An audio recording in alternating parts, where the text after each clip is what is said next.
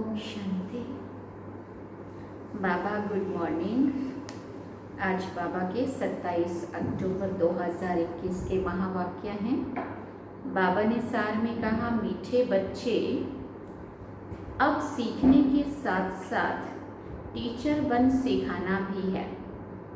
अब सीखने के साथ साथ टीचर बनकर और उनको भी सिखाना है। ये पढ़ाई इस अंतिम जन्म के लिए ही है, इसलिए अच्छी रीति पढ़ो और पढ़ाओ। बाबा ने प्रश्न पूछा, सतयुगी राजधानी किस आधार पर स्थापन होती है? तो बाबा ने उत्तर में कहा, संगम की पढ़ाई के आधार पर। जो अच्छी रीति पढ़ते हैं अथवा जिन पर बृहस्पति की दशा है, वो सूर्यवंशी में आते हैं। जो पढ़ते नहीं हैं, सर्विस नहीं करते, उन पर बुद्ध की दशा बैठती, वो जैसे बुद्धू हैं, वो प्रजा में आ जाते हैं। ऊंच प्रजा, नौकर चाकर आदि सब इस समय की पढ़ाई के आधार पर ही बनते हैं। ओम शांति। रूहानी बच्चों प्रति अथवा आत्माओं प्रति रूहानी बाप अर्थात परमात्मा बैठ समझा रहे हैं। रूहानी बाप को परमात्मा कहा जाता है। सभी आत्माओं का बाप एक परम पिता परमात्मा है। वो बैठ ब्रह्मा तन द्वारा समझाते हैं। भक्ति मार्ग में मनुष्य कहते हैं त्रिमूर्ति ब्रह्मा। अभी तुम ब्राह्मण ऐसे नहीं कहेंगे, त्रिमूर्ति ब्रह्मा नहीं, त्रिमूर्ति शिव। तुम तो कहते हो त्रिमूर्ति शिव अर्थात ब्रह्मा विष्णु शंकर का रचयिता शिव। त्रिमूर्ति ब्रह्मा का कोई अर्थ नहीं निकलता है। इन तीनों देवताओं का रचयिता है ही शिव, इसलिए त्रिमूर्ति शिव कहा जाता है। एक रचयिता, बाकी सब है रचना। बेहद का बाप एक ही है। लौकिक बाप तो हर एक का अपना अपना है। इस समय तो सब शिव बाबा के बच्चे बने हैं। बच्चों को मालूम है हम आत्माएं 84 का चक्र लगाती हैं, तो 84 बाप बनते हैं हद के। सतयुग में भी माँ बाप कोई बेहद का वर्षा नहीं देते हैं। सतयुग के लिए बेहद का वर्षा तो अभी तुमको मिलता है। वहाँ लक्ष्मी नारायण की राजधानी है और जो भी राजाई वाले रजवाड़े होंगे, उनके बच्चों को अपने बाप का वर्षा मिलेगा। फिर भी वहाँ सुख बहुत है। इस समय तुमको बेहद का बाप बेहद विश्व का मालिक बनाते हैं। सदा सुख का 21 जन्मों के लिए वर्षा मिलता है। वहाँ दुख का नाम निशान नहीं होता। वाम मार्ग शुरू होने से ही दुख शुरू हो जाता है। जो भी आए हैं उन्हें यह समझाना है कि तुम्हें 2 बाप हैं। 84 जन्मों में तो 84 बाप हद के मिलते हैं। बेहद का बाप तो एक ही है। अभी तुम बच्चों की बुद्धि में ये भी समझ है कि मूल वतन क्या है। मूल वतन जो चित्र में दिखाते हो वो भी बड़ा बड़ा बनाना चाहिए। उनमें छोटी छोटी आत्माएं सितारे मिसल चमकती हैं। जैसे आगे तुम फायरफ्लाई का हार बनाते थे, वैसे ये मूल वतन का भी बनाना चाहिए। प्रोजेक्टर शो दिखाते हैं तो उसमें भी मूल वतन का चित्र ऐसा दिखाना चाहिए। झाड़ बड़ा हो तो क्लियर दिखाई पड़े कि हम आत्माएं वहाँ रहती हैं। बच्चों को समझने में भी सहज होगा। ये है बेहद का बाबा जो ब्रह्मा द्वारा दैवी संप्रदाय की स्थापना कर रहे हैं। तुम अभी ब्राह्मण हो, फिर दैवी गुणों वाले क्या बनेंगे? देवता बनेंगे। अभी सभी में आसुरी गुण हैं, उनको आसुरी अवगुण कहेंगे। वाम मार्ग से दुख शुरू होता है। ऐसे नहीं कि रजो प्रधान बनने से फट से दुखी होते हैं। द्वापर युग में जैसे ही प्रवेश करते हैं रजो प्रधान जो एज है, बाबा कहते ऐसा नहीं है कि उसमें शुरू से ही दुख शुरू हो जाता है। नहीं, थोड़ी थोड़ी कला कमती होती जाती है। मुख्य चित्र है कि त्रिमूर्ति गोला और नरक स्वर्ग के गोले। ये पहले समझाने के लिए बहुत ज़रूरी है। झाड़ के चित्र में भी आधा आधा कल्प का माप पूरा है। एक्यूरेट होने से पूरा समझाने में आएगा। ये ज्ञान सिवाय बाप के और कोई भी ज्ञान और कोई भी समझा ना सके। घड़ी घड़ी समझाने के लिए त्रिमूर्ति का चित्र जरूर चाहिए। यह है निराकार बेहद का बाप, जिसको सभी याद करते हैं। आत्मा जानती है वो हमारा बेहद का बाप है। उनको दुख में सभी याद करते हैं। सतयुग में याद करने की दरकार ही नहीं रहती है। वो तो है ही सुख धाम। देवताएं ही पुनर्जन्म लेते आए हैं, ये भी किसी को पता नहीं है। तुम जानते हो सतो प्रधान से फिर हम कैसे सतो रजो तमो में आते हैं। आत्मा में खाद पड़ती जाती है। तुम्हारी आत्मा जानती है कि हमको 84 जन्मों का पाठ बजाना है। वो एक्यूरेट हमारी आत्मा में नूंद है। कितनी छोटी सी आत्मा में पार्ट सारा नूंदा हुआ है। वंडर लगता है ना, कितनी छोटी सी स्टार आत्मा और पार्ट देखो कैसे उसमें भरा हुआ है। ये है गुह्य ते गुह्य समझने की बातें। कोई भी मनुष्य मात्र सन्यासी उदासी आदि की बुद्धि में ये बातें नहीं आ सकती। भले नाटक कहते हैं, नाटक को ड्रामा नहीं कहा जाता, ये ड्रामा है। ड्रामा बायोस्कोप आदि आगे नहीं थे। पहले मूवी थी, अभी टॉकी बने हैं। पहले मूवी थे, अभी टॉकी बने हैं। हम आत्माएं भी साइलेंस से टॉकी में आती हैं। टॉकी से फिर मूवी में जाए, बाद में साइलेंस में जाते हैं। टॉकी माना इस साकारी दुनिया में जो हम आवाज में आते हैं, और मूवी माना सूक्ष्म वतन का फरिश्ते रूप में जहाँ इशारे से बात होती है, और साइलेंस माना एकदम वाणी से परे, आवाज से परे अपने उस परम धाम की वहाँ की स्थिति। तो बाबा कहते पहले हम आत्माएं साइलेंस से टॉकी में आती हैं, परम धाम से जब हम इस देह में आती हैं। तो ये देह के द्वारा हम आवाज में की दुनिया में आके आवाज में आती हैं, और फिर यहाँ से वापस जाए टॉकी से, फिर मूवी में जाए, बाद में फिर साइलेंस में जाते हैं। मतलब यहाँ से आत्मा जब ये देह छोड़ती है तो पहले हम सूक्ष्म वतन में फरिश्ते रूप में, वहाँ से फिर जा कर के परम धाम में जाते हैं, रिटर्न जर्नी। इसलिए तुम बच्चों को सिखाया जाता है कि जास्ती टॉक ना करो। रॉयल मनुष्य बहुत आहिस्ते बोलते हैं। तुमको जाना है सूक्ष्म वतन में। सूक्ष्म वतन का ज्ञान अभी बाप ने समझाया है। ये है टॉकी दुनिया और वो है मूवी दुनिया। वहाँ ईश्वर से बातचीत चलती है। वहाँ सफ़ेद लाइट का रूप है, आवाज नहीं। वहाँ की मूवी भाषा एक दो में समझ जाते हैं। तो अभी तुमको जाना है साइलेंस में, बाया मूवी। परम धाम, साइलेंस माने परम धाम, घर में जाना है जहाँ आवाज से परे, वाणी से परे हम आत्माएं रहती हैं। लेकिन जाना है बाया मूवी। ये है आवाज की दुनिया, साकारी दुनिया, आकारी दुनिया और निराकारी दुनिया। साकारी दुनिया में टॉकी में हम आवाज में आते हैं, आकारी दुनिया में हम फरिश्ते रूप में आवाज से परे मूवी में इशारे से फरिश्ते बातें करते हैं, और फिर मूवी से भी पार साइलेंस में जब हम आत्माएं दे और से न्यारी होती हैं तो हम परम धाम में बिल्कुल आवाज से परे साइलेंस में होती। बाप कहते हैं पहले मुझे पहले सूक्ष्म सृष्टि रचनी पड़े, पीछे स्थूल। गाया भी जाता है मूल वतन, सूक्ष्म वतन, स्थूल वतन। मनुष्यों को ये भी पता नहीं है कि ब्रह्मा विष्णु शंकर सूक्ष्म वतन वासी हैं। वहाँ कोई दुनिया नहीं है, सिर्फ ब्रह्मा विष्णु शंकर देखने में आते हैं। विष्णु 4 भुजा वाला देखते हो, इससे सिद्ध है प्रवृत्ति मार्ग है। सन्यासियों का है निवृत्ति मार्ग। ये भी ड्रामा है जिसका वर्णन करके बाप समझाते हैं। मुख्य बात तो बाप कहते हैं मन मना भव। चाहे कितना भी विस्तार में चले जाओ, मुख्य बात सार क्या निकलता है? बाबा कहते हैं मन मना भव, अपने मन को मेरे में लगा दो। बाकी है डिटेल, वो समझने में टाइम लगता है। नटशेल में है बीज और झाड़। बीज को देखने से सारा झाड़ बुद्धि में आ जाता है। बाप बीज रूप है, उनको इस झाड़ का और सृष्टि के चक्र का सारा नॉलेज है। समझाने के लिए सृष्टि चक्र अलग है, झाड़ अलग है।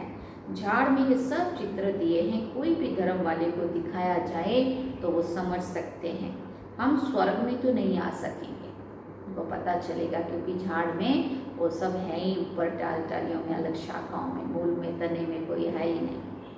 तो बाबा कहते भारत जब प्राचीन है तो सिर्फ देवी देवताएं ही थे, बाकी सब शांति धाम में रहते हैं। तुम बीज और झाड़ दोनों को जानते हो। बीज ऊपर में है जिसको बृहस्पति कहते हैं। अब तुम बाप के बने हो तो तुम्हारे ऊपर बृहस्पति की दशा बैठी हुई है। जो बाप के बनते हैं उनके ऊपर बृहस्पति की दशा कहेंगे। फिर है शुक्र की दशा, बुध की दशा। बृहस्पति की दशा वाले सूर्यवंशी बनते हैं।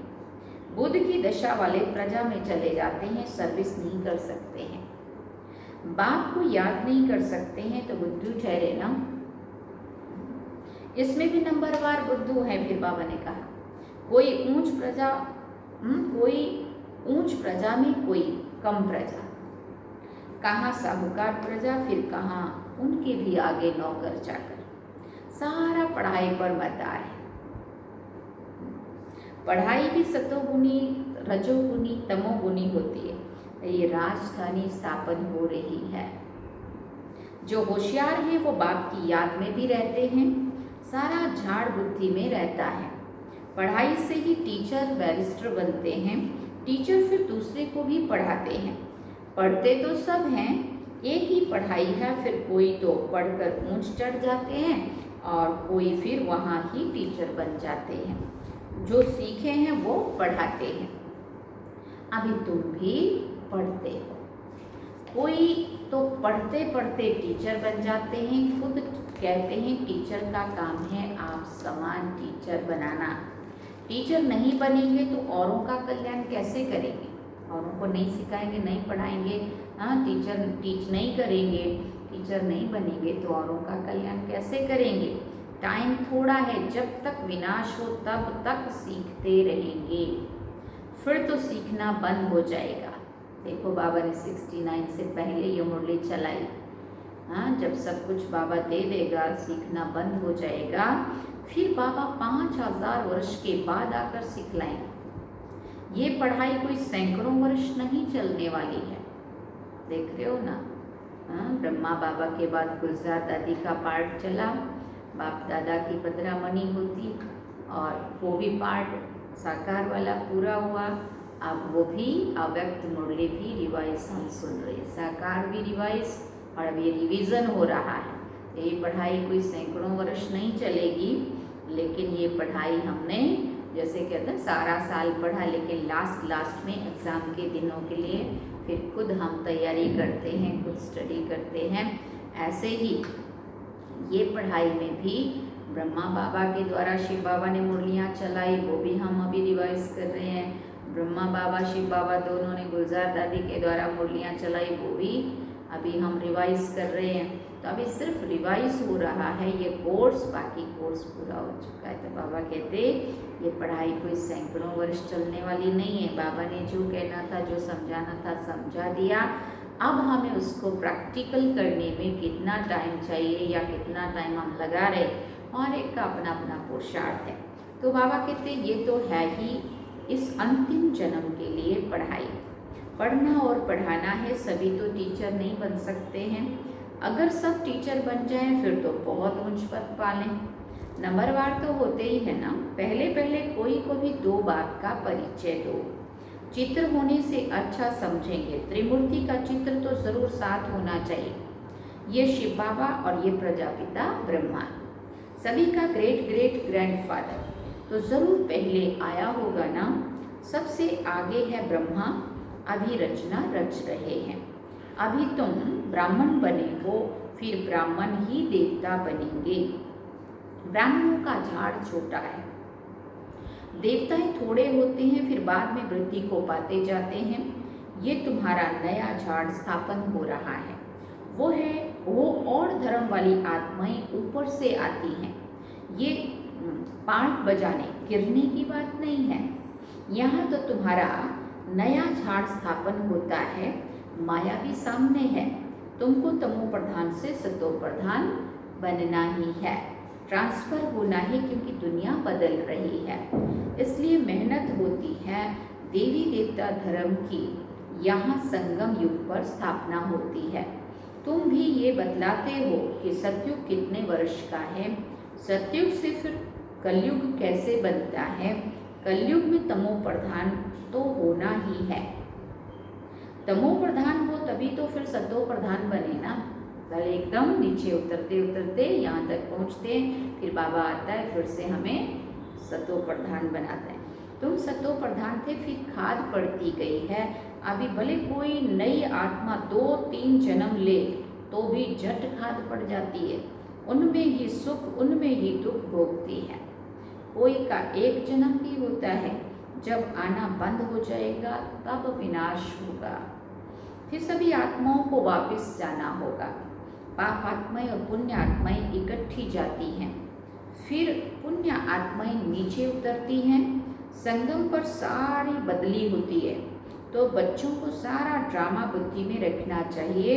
बाप के पास ये सारी नॉलेज है ना। कहते हैं मैं आकर सृष्टि के चक्र के आदि मध्य अंत का सारा राज समझाता हूँ। भक्ति मार्ग में थोड़ी ये ज्ञान सुनाता हूँ। भक्त याद करते हैं तो उनको साक्षात्कार कराता हूँ। भक्ति मार्ग शुरू होता है तब मेरा भी पाठ शुरू होता है। सतयुग त्रेता में मैं वानप्रस्थ में रहता हूँ। बच्चों को सुख में भेज दिया, बाकी क्या। मैं वानप्रस्थ लेता हूँ। ये वानप्रस्थ लेने की रस्म भी भारत में ही है। बेहद का बाप कहते मैं वानप्रस्थ में बैठ जाता हूँ। बेहद का बाप ही आकर गुरु के रूप में वानप्रस्थ में ले जाते हैं। मनुष्य गुरुओं का संग लेते हैं भगवान से मिलने के लिए। शास्त्र पढ़ेंगे, तीर्थों पर जाएंगे, गंगा स्नान करेंगे, परंतु मिला तो कुछ भी नहीं। अभी तुमको बेहद का बाप मिला है। दुख से छुड़ाकर रावण राज्य से निकालकर राम राज्य में ले जाएंगे। बेहद का बाप एक ही बार आकर रावण के दुख से छुड़ाते हैं, इसलिए उनको लिबरेटर कहा जाता है। सतयुग में है ही राम राज्य, बाकी आत्माएं शांति धाम चली जाती हैं। ये भी कोई जानते नहीं है। मुझ आत्मा का स्वधर्म ही है शांत। यहाँ पाठ में आने से अशांत बने हैं, फिर शांति याद आती है। जो शांति से रहा हुआ हो, फिर एकदम आवाज़ की दुनिया में आना पड़े तो फिर क्या होता है, फिर से वो शांति याद आती है। बाबा कहते अशांत बने फिर शांति याद आती है कि कितना अच्छा था। असूल में रहवासी शांति धाम के हैं। अब कहते हैं मुझे शांति चाहिए, मन को शांति चाहिए। समझाया जाता है आत्मा मन बुद्धि सहित है। आत्मा है ही शांत स्वरूप, फिर यहाँ कर्म में आती है। यहाँ शांति कैसे मिलेगी, ये तो है ही, बाबा कहते ये तो है ही अशांति धाम। ये तो है ही अशांति धाम। बाबा कहते इसमें शांति कैसे मिलेगी। सतयुग में सुख शांति दोनों है, पवित्रता भी है और धन दौलत भी है। बाप समझाते तुमको कितना सुख शांति धन दौलत आदि सब कुछ था। याद दिला रहे बाबा बच्चे, बाप कहते तुमको कितना सुख शांति धन दौलत आदि सब कुछ था। अब फिर तुमको औरों को समझाना है। जिन्होंने कल पहले वर्षा लिया था वही अच्छी रीति समझने की कोशिश करेंगे। भले देरी से आते हैं परंतु पुरानों से झट आगे चले जाते हैं। देरी से आने वालों को और ही पॉइंट्स अच्छी मिलती है। दिन प्रतिदिन सहज होता जाता है, ये भी समझेंगे। अब हमने समझा तो सब है, इसलिए तमो प्रधान से सतो प्रधान बनने की मेहनत भी करनी है। उसके लिए तीव्र पुरुषार्थ करने लग पड़ेंगे, क्योंकि समझते हैं टाइम बहुत थोड़ा है। समझ में आ रहा है ना, टाइम बहुत थोड़ा है। जितना हो सके पुरुषार्थ में लग जाएं। मौत से पहले हम पुरुषार्थ कर लेवे। वो अपना चार्ट रखते होंगे। पढ़ाई तो सहज है, बाकी है याद की बात। गाया भी हुआ है राम सुमिर प्रभात मोरे मन। आत्मा कहती है, हे मेरे मन, राम का सिमरन करो। भक्ति मार्ग में तो ये किसी को भी पता नहीं है कि राम कौन है। वो रघुपति राघव राजा राम कह देते हैं। कितनी गड़बड़ करती है। राम माना हम आत्मा उस निराकार परमात्मा को, हम सभी आत्माएं अपने उस शिव साजन को याद करती हैं। हम सब सीताओं का वो राम है। लेकिन सबने फिर क्या कह दिया, रघुपति राघव राजा राम, जो अयोध्या का राजा दशरथ का बेटा राम है, उनको फिर लोगों ने मान लिया। कितनी गड़बड़ करती है। सबका भगवान वो राम कौन है, मनुष्य कुछ भी समझते नहीं है। Waste of time, waste of money करते रहते हैं। तुम बच्चों को हमने विश्व का राज्य भाग्य दिया था, फिर कहाँ गया? 5000 वर्ष पहले तुमको स्वर्ग की राजाई दी थी, वो फिर कैसे गंवाई? अब तुम समझते हो कैसे हम नीचे गिरते आए हैं। अभी फिर चढ़ना है। चढ़ती कला 1 सेकंड में, उतरती कला 5000 वर्ष। ब्रह्मा से विष्णु बनने में 1 सेकंड, विष्णु से ब्रह्मा बनने में 5000 वर्ष लगते हैं। कितनी पॉइंट समझाते हैं ना। ब्रह्मा से विष्णु बनने में 1 सेकंड। ब्रह्मा को जैसे शिव बाबा ने साक्षात्कार कराया और स्मृति दिलाई, अहम चतुर्भुज विष्णु तत्त्वम, है ना, तो 1 सेकंड लगा वो बात समझने में और चढ़ती कला शुरू हो गई। और विष्णु से ब्रह्मा बनने में 5000 वर्ष। जब हम ऊपर से आत्मा सतयुग में उतरती हैं, वहाँ से फिर हमारी यात्रा शुरू होती है। तो विष्णु से पहला जन्म श्री कृष्ण सो विष्णु के रूप में होता है। वहाँ से फिर जन्म मरण के चक्र में आते आते, उतरती कला में आते आते, सतयुग से कलयुग तक पहुँचते विष्णु से ब्रह्मा बनते बनते 5000 वर्ष लगते हैं। कितनी पॉइंट समझाते हैं ना। अच्छा, मीठे मीठे से गिलदे बच्चों प्रति माता पिता बाप दादा का याद प्यार और गुड मॉर्निंग। रूहानी बाप की रूहानी बच्चों को नमस्ते। हम रूहानी बच्चों की रूहानी माता पिता बाप दादा को दिलवा चांद सिकवा प्रेम से याद प्यार, गुड मॉर्निंग, नमस्ते, थैंक यू बाबा, शुक्रिया बाबा। धारणा के लिए मुख्य सार है। पहला पॉइंट, अब टॉकी से मूवी और मूवी से साइलेंस में जाना है, इसलिए टॉकी बहुत कम करनी है।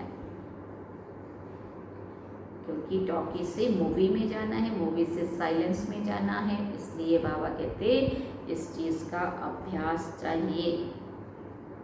रॉयल्टी से बहुत आहिस्ते बोलना है। रॉयल बोलना है, जिसके लिए स्लोगन बना हुआ है ना एक, कम बोलो, धीरे बोलो, मीठा बोलो। तो वो कम बोलेंगे, धीरे बोलेंगे तो मीठा भी अपने आप निकलेगा। बहुत रॉयल्टी से, बहुत आहिस्ते बोलना है। दूसरी बात बाबा ने कही, नॉलेज समझने के बाद तीव्र पुरुषार्थ कर सतो प्रधान बनना है।